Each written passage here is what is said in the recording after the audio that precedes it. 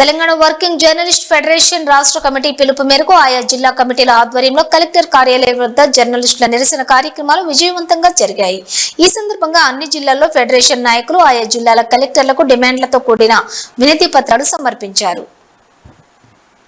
రాష్ట్ర వ్యాప్త ఆందోళనలో భాగంగా హైదరాబాద్ లోని మాసప్ ట్యాంక్ లో గల రాష్ట్ర సమాచార పౌర సంబంధాల శాఖ కమిషనర్ కార్యాలయం వద్ద జర్నలిస్టులు పెద్ద సంఖ్యలో నిరసన ప్రదర్శన నిర్వహించారు.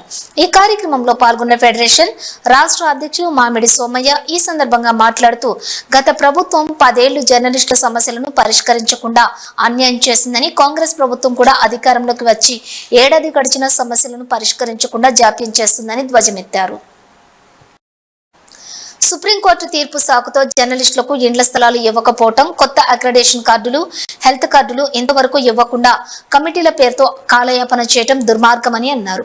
ఈ కార్యక్రమంలో ఫెడరేషన్ రాష్ట్ర ఉపాధ్యక్షులు పిల్లి రామచందర్, గుడిగా రఘు, కార్యదర్శులు ఎస్కే సలీమా, కార్యవర్గ సభ్యులు కె పాండురంగారావు, పి నాగవణి, మణిమాల, నాయకులు ఎర్రమిల్లి రామారావు, శ్రీనివాస్ గౌడ్, రవికుమార్, సిహెచ్ రంగయ్య, శ్రీనివాస్ తదితరులు పాల్గొన్నారు.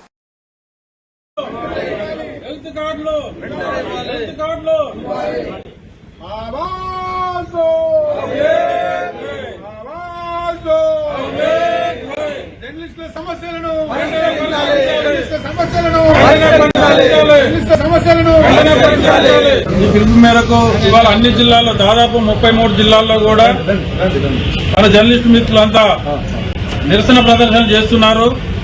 ఇప్పటికే మాకు రిపోర్ట్ వచ్చింది.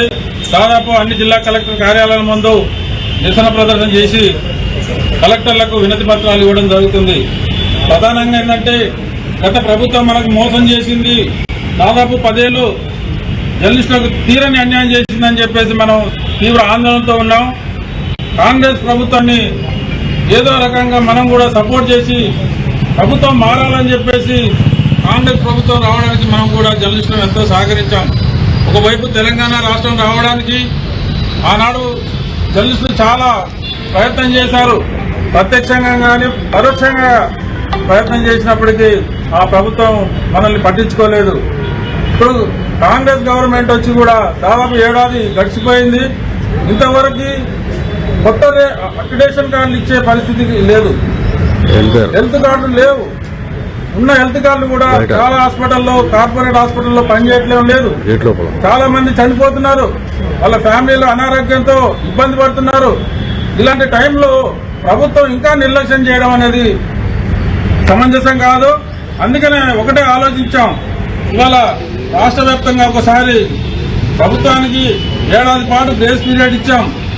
తప్పు చేయకుండా సైలెంట్ గా మనం విజ్ఞప్తి చేస్తూ వచ్చాం. కానీ అయినప్పటికీ ప్రభుత్వం పట్టించుకోవట్లేదు. కాబట్టి వాళ్ళ రాష్ట్ర వ్యాప్తంగా ఒక ఆందోళన కార్యక్రమానికి పిలుపు ఇవ్వడం జరిగింది. జర్నలిస్టులు ఇంత హీనంగా, ఇంత అధ్వానంగా చూడడం ప్రభుత్వాలకు తగదు. రోడ్డు మీదకి వచ్చి ధర్నాలు చేసే పరిస్థితి కల్పించడం అనేది చాలా దుర్మార్గం. ఒక ప్రభుత్వాన్ని చూసి ఇంకో ప్రభుత్వం నేర్చుకుంటున్నది. జర్నలిస్టులు అంటే కించపరిచే విధంగా, చిన్న చూపు చూసే విధంగా వ్యవహరించడం అనేది సరైనది కాదు. ప్రజాస్వామ్యంలో పత్రికలు, విలేకరులు అనేది ప్రభుత్వానికి, ప్రజలకు మధ్య వారధిగా పనిచేసే వాళ్ళని ఆదుకోకపోతే ప్రభుత్వం ఇంకెవరిని ఆదుకుంటుంది? ప్రజలను ఆదుకోదు, పత్రికా విలేకరులను ఆదుకోదు. ఇంకా దేనికోసం ప్రభుత్వాన్ని ఎన్నుకున్నది? కాబట్టి ఇవాళ ప్రభుత్వాన్ని మనం గట్టిగా ప్రశ్నించాల్సిన అవసరం ఉంది. రాబోయే రోజుల్లో ఈ సమస్యలను వెంటనే ప్రభుత్వం పరిష్కరించే చర్యలు తీసుకోవాలి. లేదు అంటే మరో రూపంలో ఈ ఉద్యమాన్ని ముందుకు తీసుకుపోవాల్సి వస్తుందని చెప్పేసి ప్రభుత్వానికి మేము హెచ్చరిక కూడా చేస్తున్నాము. ఇన్ని రోజులు విజ్ఞప్తి చేస్తూ వచ్చాం. కానీ ఇప్పుడు హెచ్చరిక చేసి రోడ్డు మీదకి వచ్చి ధర్నాలు, ఆందోళన చేయాల్సిన పరిస్థితి ఏర్పడుతుంది. కాబట్టి ముఖ్యమంత్రి గారికి విజ్ఞప్తి చేస్తున్నాం, వెంటనే ఈ సమస్యలను పరిశీలించి ప్రభుత్వానికి ఎలాంటి భారం కాదు ఈ సమస్యలు పరిష్కరించడంలో. కాబట్టి వెంటనే ఈ సమస్యలను పరిష్కరించాలి. అట్లాగే ఇళ్ల స్థలాల విషయం కూడా ప్రభుత్వం వెంటనే జోక్యం చేసుకోవాలి. సుప్రీంకోర్టు తీర్పు ఇచ్చిన నేపథ్యంలో సుప్రీంకోర్టులో ప్రభుత్వం మీద తన తరపున వాదనలు వినిపించి దాన్ని సవరించిన ఇళ్ల స్థలాలు ఇచ్చే విధంగా ప్రయత్నం చేయాలని చెప్పేసి అలా తెలంగాణ వర్కింగ్ జర్నలిస్ట్ ఫెడరేషన్ విజ్ఞప్తి చేస్తున్నది.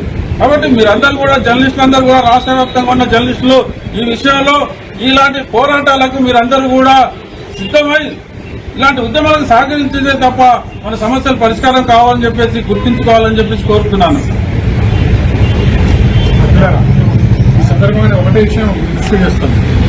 ఇళ్ల స్థలాల విషయంలో గత టీఆర్ఎస్ ప్రభుత్వం జర్నలిస్టులకు చేసిన అన్యాయం ఏ ప్రభుత్వం చేయలేదు. ఇప్పుడు సుప్రీంకోర్టు క్లియర్ జడ్జిమెంట్ ఇచ్చిన తర్వాత కూడా దాదాపు 6-7 ఏళ్ళు పెండింగ్లో పెట్టడం వల్ల ఇవాళ మళ్ళీ ఇబ్బంది ఎదురైంది. ఇవాళ కొత్త ప్రభుత్వం వచ్చిన తర్వాత సీఎం రేవంత్ రెడ్డి గారు వచ్చిన తర్వాత అదే భూమిని జర్నలిస్టులకు కేటాయించారు. సంతోషం, వారికి సందర్భంగా ధన్యవాదాలు. కానీ మళ్ళీ సుప్రీంకోర్టు ఫైనల్ తీర్పు వచ్చిన తర్వాత కొంత ఇబ్బంది ఎదురైంది. ఆ ఇబ్బందిని పరిష్కారం చేయడానికే ముఖ్యమంత్రి రేవంత్ రెడ్డి గారికి మరోసారి కోరుతున్నాం. సుప్రీంకోర్టులో మనం ఇంప్లీట్ కావాలి, ఆ కేసులో మళ్ళీ ఇంప్లీట్ కావాలి, వాదనలు చేయించాలి, జర్నలిస్టులకు అనుకూలంగా తీర్పు వచ్చే విధంగా. గతంలో జర్నలిస్టులకు ఇవ్వచ్చని తీర్పిచ్చిన సుప్రీంకోర్టు మళ్ళా రివ్యూలో దాన్ని ఐఏఎస్లు, మంత్రులు, ఐపీఎస్లు వీళ్ళంతా ఎంపీలు, ఎమ్మెల్యేలు ఉన్నారని పేరుతోటి ఆ తీర్పును కొట్టేసింది. ఇవాళ మనం ఒకటే కోరుతున్నాం, జర్నలిస్టులు ప్రజాసేవ చేస్తున్నారు, ప్రజల తరఫున, ప్రభుత్వం తరఫున పనిచేస్తున్నారు. కాబట్టి ఇళ్ల స్థలాల విషయంలో కొత్త ప్రభుత్వం ముఖ్యమంత్రి రేవంత్ రెడ్డి గారు స్పందించి చాలా సహాయం చేయాల్సిన అవసరం ఉంది. హౌసింగ్ సొసైటీలు తెలంగాణ ప్రభుత్వం కావచ్చు, ముఖ్యమంత్రి గారు కావచ్చు, ఎవరైనా సరే ఖచ్చితంగా ఈ సమస్యను పరిష్కరించాలి. అట్లాగే ఇవాళ వైద్యం అందక చాలా మంది చనిపోతున్నారు. వాళ్లకు హెల్త్ కార్డులు పనిచేయట్లేదు, ప్రైవేట్ ఆసుపత్రుల్లో కార్డులు పనిచేయట్లేదు. కాబట్టి ప్రభుత్వ ఆసుపత్రుల్లో సౌకర్యాలు లేవని వస్తున్నది.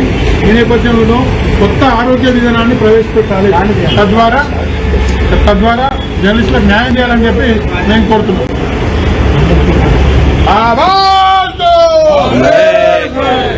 సమస్యలను